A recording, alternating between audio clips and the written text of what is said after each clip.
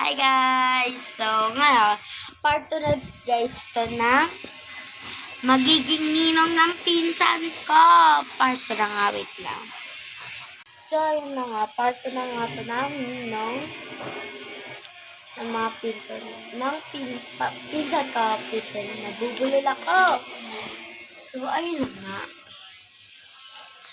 Guys, may naririnig ba kayo ng ganon-ganon? Galing yun guys dun, sa kabila guys.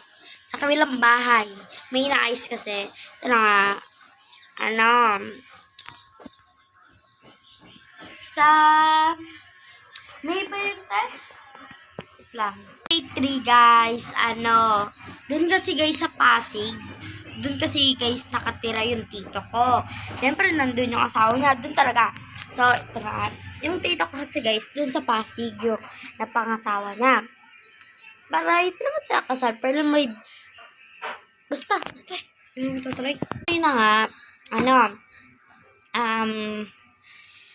yung dun kasi guys sa Pasig, sa May 3, libre daw yung mga libre daw yung binyag sa May 3. Eh ayun, April na. So matagal pa kami bibinyagin yung baby. So ayun. Pero kahit na, masaya rin naman. Tsaka mabibinyagan na rin yung baby. Kasi sabi guys ng lola ko, pag nabinyagan na raw ang baby, pupunta siya dito sa amin, sa Cavite.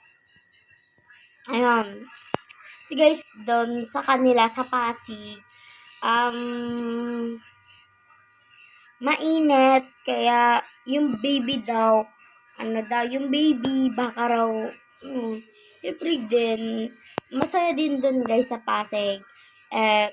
Sobrang saya doon sa Pasig. Marami rin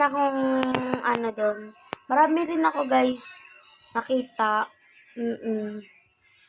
Huy, kung ano nakikita mo, hindi naman guys, lang.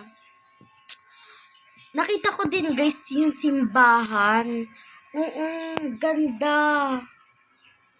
Punong-puno talaga guys yung simbahan sa Pasig.